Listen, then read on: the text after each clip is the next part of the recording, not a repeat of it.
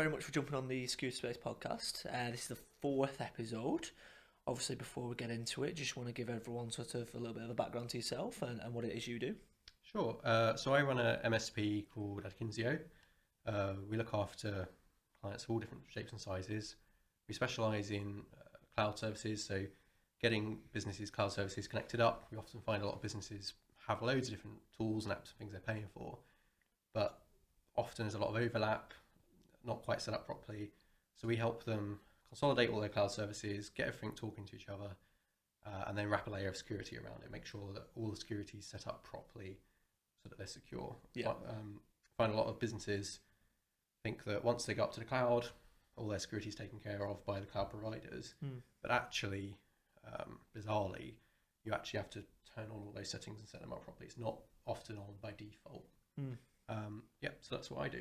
And is it just your typical clients? Are they just cloud-based companies, or can it be companies of all sorts? Yeah, all different sorts. So we provide IT support, networking, security, all different bits and bobs. But we have charities, we have small businesses, little one-man bands, and we have big corporations. So yeah, pretty much. We don't really have a kind of default client. Yeah, you don't discriminate. Yeah, you're open to all. Anything, yeah. Cool. So obviously, what we'll be discussing today over the next half an hour is, why there was a spike in phishing scams in 2022 and what we can do in 2023. So probably the best place to start is for anybody that don't know, is what is a phishing scam? So a phishing email is any kind of email that you're not expecting that is using some kind of pressure or psychological trick to try and get you to take some kind of action, whether that's clicking on a link or downloading a dodgy PDF or document that's got some kind of malware in it. It's a cyber criminal targeting you to try and elicit something from you. Okay. So obviously, from my understanding of phishing emails, I might be being very arrogant, I might be being very naive, but I've always thought it's like, the lowest form of, a possible breach. They tend to be sort of, quite obvious, big grammar's wrong, big capitals, click here, big link, different font. Is it still like that, or has it sort of changed? So we still get a lot of that. Majority of that gets filtered out by email filters nowadays. But what we're seeing more of, and what we saw a big spike in towards the end of last year, is much more highly targeted, much more sophisticated phishing attacks. We call them spear phishing attacks, where they're picking out individual people within organizations, targeting you specifically, rather than just a mass thing that's sent out to millions of people. A lot of those, they're all different types of kind of targeted attack, but a lot of them are aimed at kind of entry-level staff, administrators, and people that are not necessarily decision makers, and they'll pretend to be your CEO, your boss, your finance admin, something like that. They'll impersonate them. The emails look very realistic. They'll have their signature at the bottom. In some cases, they'll even match the right language and things like that. Yep. And they'll usually be trying to put you under some kind of pressure to pay an invoice before the end of the day, or make some kind of financial transfer, or download some form or something like that. Yeah. And have you ever had any instances, working with clients where, they've been sort of, subject to, a phishing attack of what you've just said there? Yeah, so we were called in to a record label a couple of years ago now. It was a really big, kind of huge incident where they'd been invoiced by a big organization they were working with for a music video. So the invoice was huge. It was a $100,000 invoice. And the administrator was emailed from the CEO, but it wasn't actually her. They'd spoofed her email, and getting her to pay this invoice. The invoice had been doctored, so she already knew that there was an invoice for $100,000. It was all accurate, but the invoice that she was sent was doctored with the criminal's details, and the language was spot on. She had little nicknames for her staff, and she'd used her nickname in there, the signature, everything on first inspection looked completely accurate. Yeah. But it wasn't. It was a cyber criminal. it was a huge big thing. They lost a lot of money, and obviously they still owed that 100 grand Yeah. to the provider. We went in and investigated, went through all the systems and things, and we actually found that the breach had happened about 9 months previously. And we could see from the exchange logs they'd downloaded pretty much the entire mailbox for every member of staff in the organisation. Okay. They'd been going through it for 9 months, looking at everything back and forth, all the little notes, all the little messages, learning the language they use, how they talk, what kind of times they send emails. You can imagine the CEO of a record label is going to be quite a high pressure, lots of last minute demands, kind of traveling a lot, flying so often out of the office. And they just found that perfect spot. The CEO was traveling at the time, which they obviously knew because they had access to the calendar and emails and things. Sent an email that was exactly the style she would send, and got away with it. And they made 100 grand. And so, yeah, that's a big example of a big kind of one. But small businesses are being hit. I mean, 80% of small businesses last year were hit with some kind of cyber incident. Okay. Some kind of targeted attack rather than just. 100% of businesses were hit by spam. But 80% were hit with some kind of targeted spear phishing campaign last year. Right, so obviously that contradicts what I was saying before about it being sort of, I very naively said that, it was the lowest form. It does sound like it's obviously, a little bit more sophisticated. And you mentioned a few other words there that I don't really understand. You a little bit more targeted. Was it spear phishing and smishing? Was it? So could you sort of define those for us? So we've got a few different types of attack that fall under the umbrella of phishing. So phishing is the generic term for any kind of email that's trying to get you to do something. You've got spear phishing, which goes after an individual targeted person. Yep. You've got whaling, which goes after a high profile figure like a celebrity or someone who's got a lot of money. Yeah. You have phishing, which is where they'll use the phone as part of the attack, so they'll phone you up and talk to you on the phone. And then you have smishing, which is SMS based, where they'll send you either an SMS with a link or kind of a pretend two-factor authentication code or something like that. And a lot of the spear phishing is falling under something called CEO fraud, where they're kind of doing what I just said, where they're kind of pretending to be the boss of the company.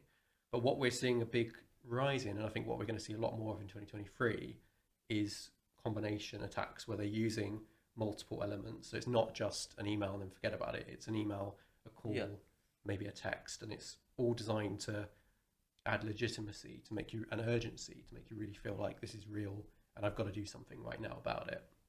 So this rise in targeted phishing then, is that because they've had to become a little bit more sophisticated? Was people, like you say, getting very much aware of phishing and not falling for it, therefore they've had to up their game?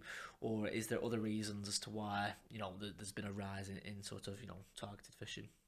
Yeah, I think a lot of people have got very tuned into it now. So when you see spam, you can just spot it like that. It's second nature. And we're being bombarded with messaging all day, notifications, apps, everything. So we've got very adept at quickly filtering messages mentally. But I think the changes that have happened in the workplace, we've got a lot more home workers now, a lot more hybrid workers back and forth. So people are more isolated from their colleagues. And whereas when you was in an office, if you got a dodgy message, you just shout across the room, did you just send this to me? Or ask your colleague next to you, did you get this as well? What do you think about this? When you're working from home, you're on your own, or you're working in a co-working space, you're less likely to do that.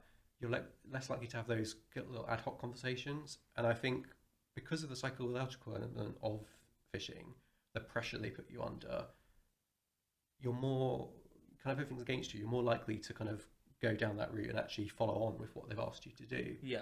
I do think there's other little factors as well.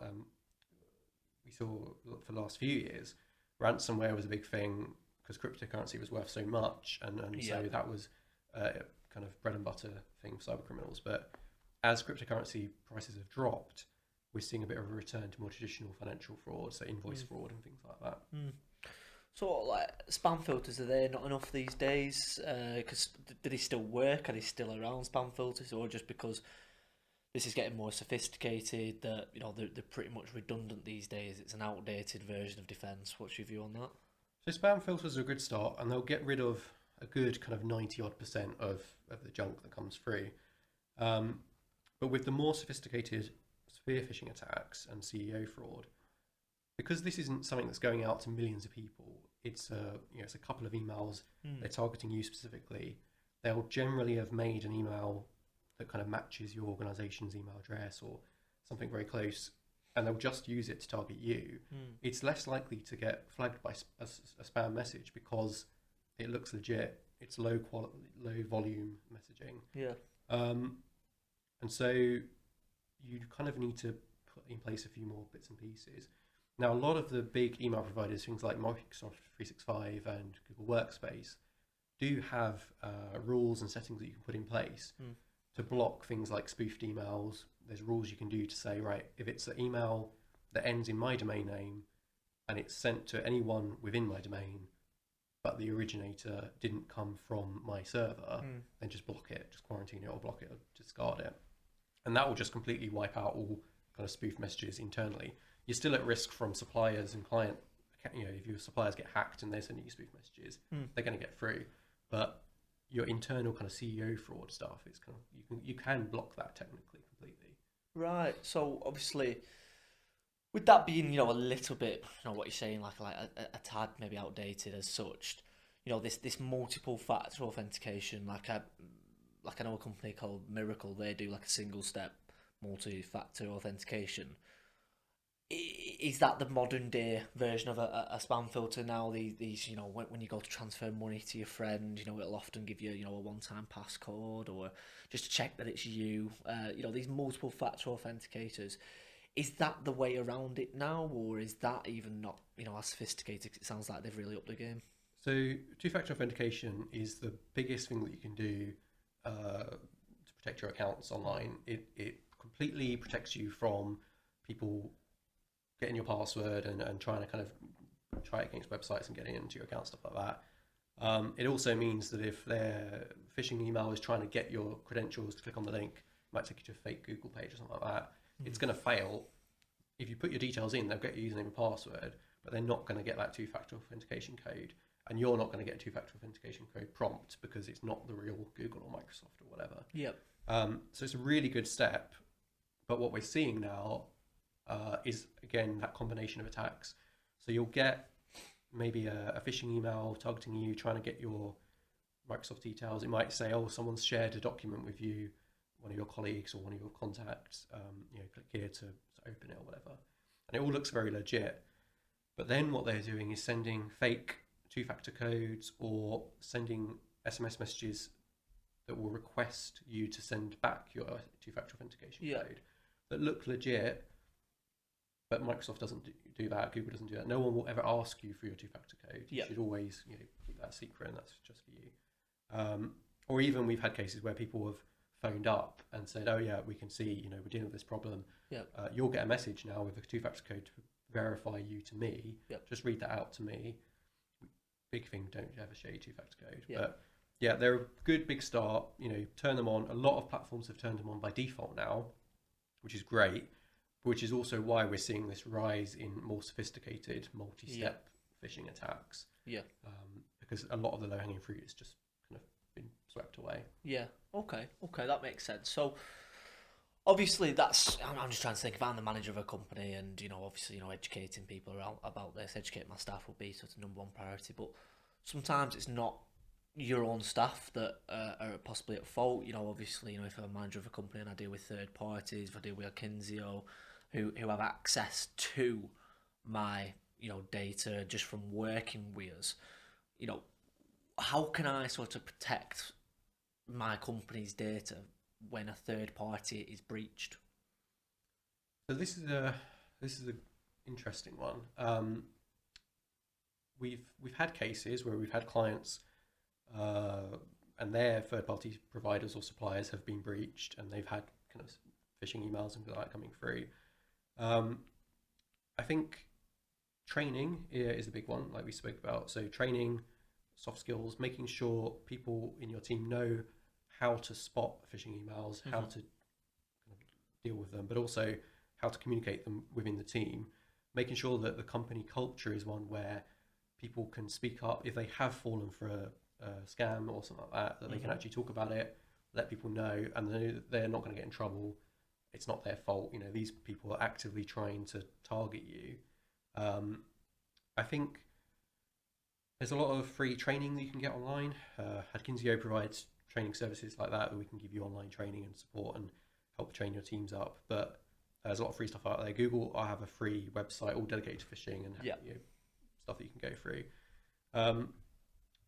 There's nothing you can do to protect yourself from suppliers getting hacked. You can protect your company, but there's things you can do to protect yourself from stuff that's incoming from them. So again, those email filtering rules, there's technical things you can put in place where you can scan links in emails and stuff like that, and it will rewrite them so they're blocked if they're dodgy links and things like that. I think sometimes within an organization, if the culture is open enough and you've really communicated to your team what your expectations are, what to do in the case of a cyber incident, stuff like that, then having that front line of support and kind of protection from your staff is generally enough to kind of flag up these kind of things. Okay, so you mentioned education quite a few times in this, and it seems to be the big remediation factor. So before we get to the remediation factor, let's just say my company, it's it's been hit with a phishing attack, and we've bypassed now. We've already been hit, because like I say, nobody's bulletproof to it. For example, the Royal Mail obviously recently. So let's just say I've been hit. What do I do on day one? What do I do after sort of like a week or two? And what do we do after a month? Like, what do I do immediately with my reaction? And how can I put proactive, preventative measures in moving forward? So the first thing to do is get a layout of what's actually happened. So make sure you've got a bit of a reporting process, or before this kind of thing happens, is have something in place to say, right, if there's a cyber incident, if you've clicked a link, if you suspect there's been some kind of compromise, this is what the process is. Change your password immediately, reset all that kind of stuff, so that you've locked out. If you've accidentally given access to your accounts, you've locked them out. Next step is to check for forwarding rules. So a lot of what we see is when someone's account's been compromised, the first thing the attackers do is set up a forwarding rule to send any replies or any inbound messages to their email address instead. Because what they'll tend to do is get into your account and then send the same kind of message out to all of your contacts. Yeah. Because it's obviously got a bit more legitimacy now because it's actually coming from someone they've dealt with. And they'll set up this rule so that you don't see all the bounce backs or replies coming through, so you don't know nothing's happened. Yep. So check for rules. You've changed your password. If you have an IT provider, let them know, because you can check through the logs to see what's actually happened. Has anything been sent out? Has anyone else's accounts been compromised? Any suspicious logins and things like that? You want to communicate with your customers and suppliers. So if you can see that actually, yep, there is a load of messages that have gone out, get on top of that. A lot of what we see, bad press and PR and things like that, is when companies haven't told their customers or suppliers what's happened, or they left it for ages down the line. Just let them know as quick as you can. Hey, we've had a cyber incident. Please don't respond, or if you've had any strange messages from us, ignore them for now. Yep. We'll get in touch shortly once we've got an update on what's happened. Yep. And then make sure that you have a roundup afterwards with your team, a bit of a team huddle on what happened, how it happened, dissect it, use it as a learning opportunity so that you can stop that kind of thing happening again in the future. Make sure everyone knows that this person is being punished. They were targeted. They were the victim of this cyber attack. They weren't the person who let them into the company. They were the victim.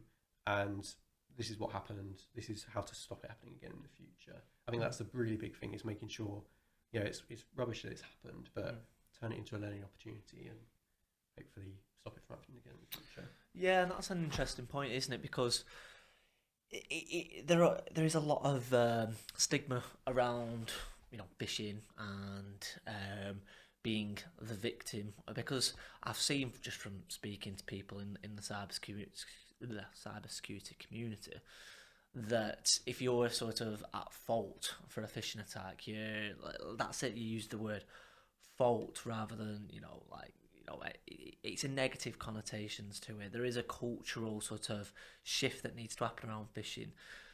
Obviously, how can we sort of shift it? Because obviously you've mentioned a lot, education is the biggest, sort of remediation factor when it comes to phishing. So how can we shift the culture around a phishing attack? Because I'm sure when you go in and assist people who've been hit with a phishing attack, it's like, oh, they're here to catch us out, and it's stuff like that. So how can we kind of, get past that? Well, I think it's true, and I think what you said at the beginning about, oh, when I think of phishing or whatever, I think of it as being this obvious kind of thing that anyone should be able to see. So I think because we all think that, if someone is then the victim of a phishing scam, they feel silly. They feel like, oh, I should have spotted that kind of thing.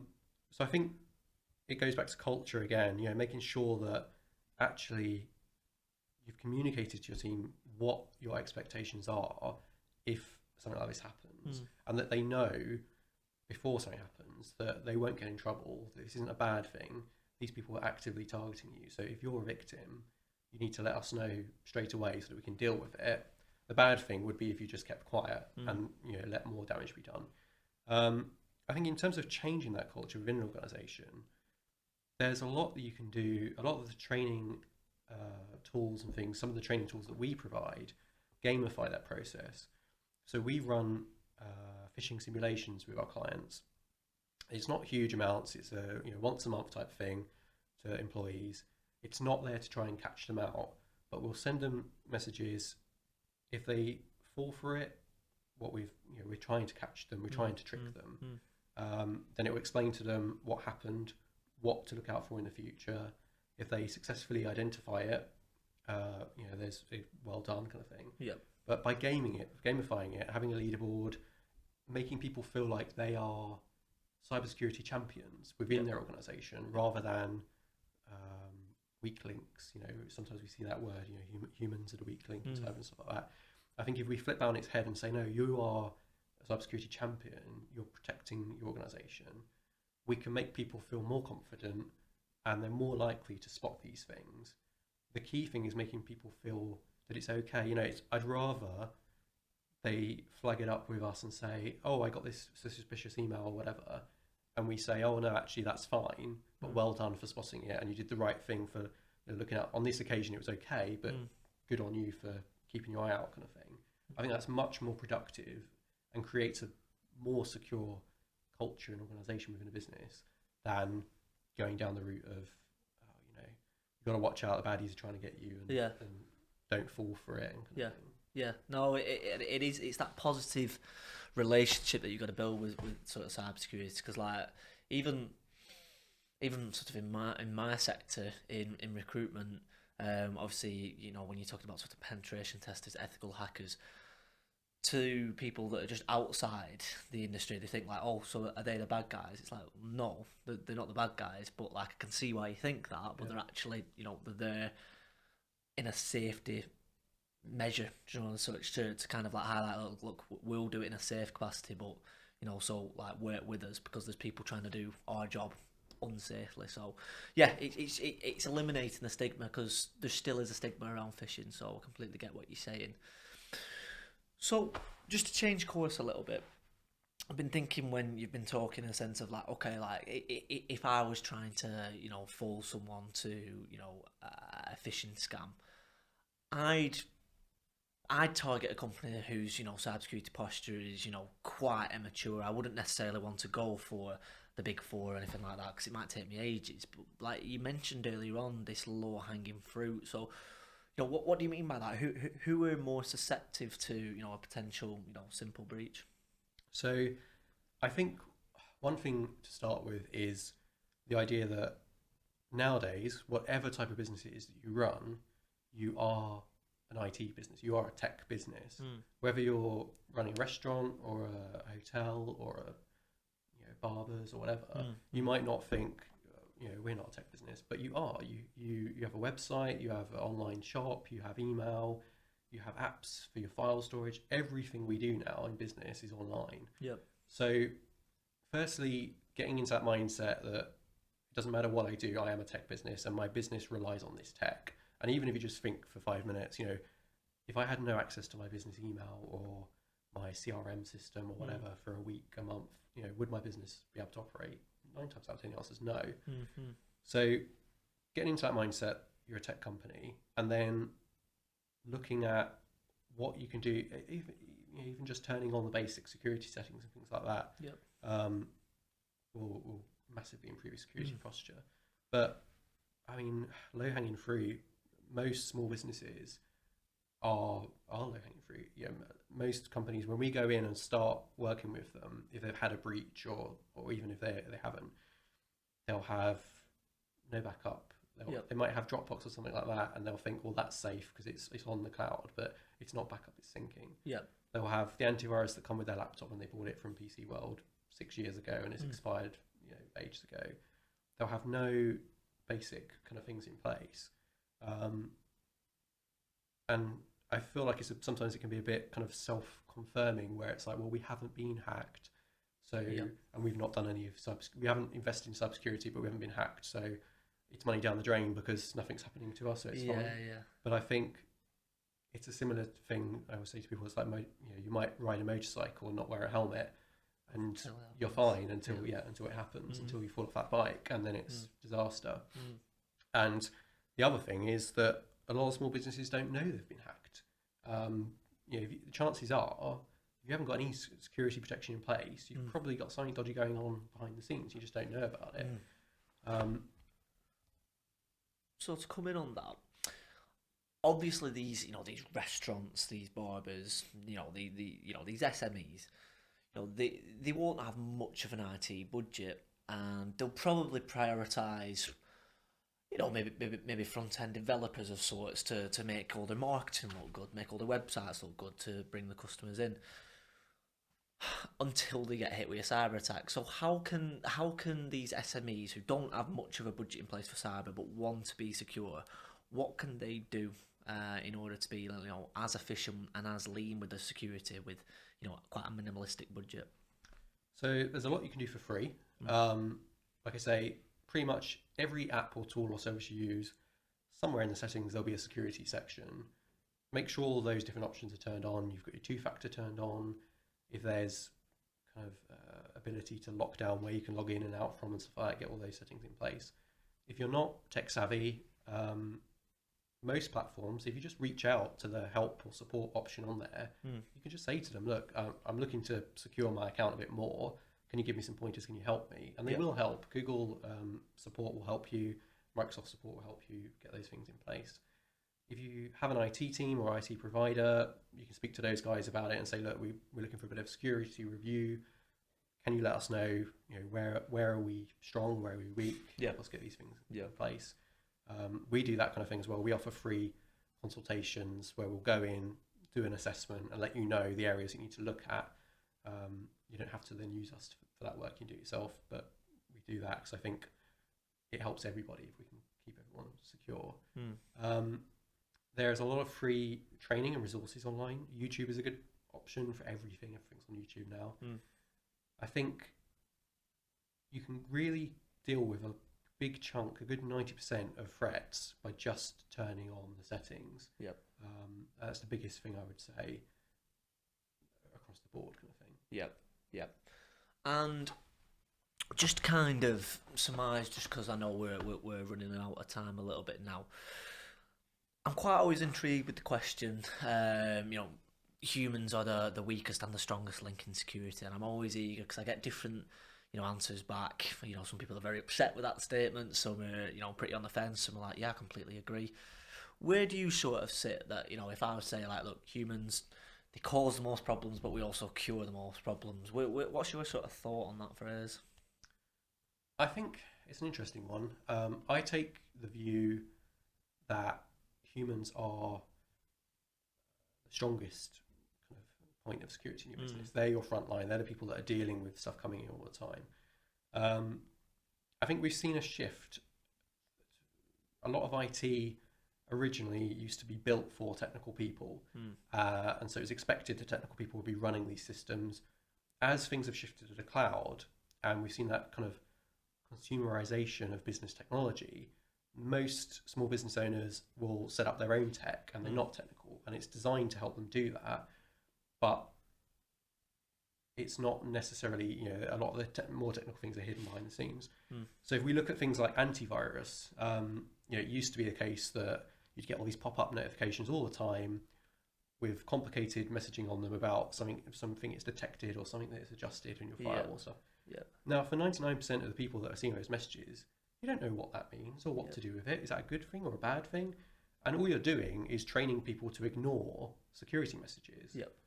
We've seen a shift now, and a lot of endpoint protection tools don't show anything to the end user. The technical backend team, like when we have our clients, we see the messages and deal with it behind the scenes. Yep. So that we're keeping the space clear mentally for our clients to focus on what they're doing. And then if they do spot something dodgy, they can talk to us about it.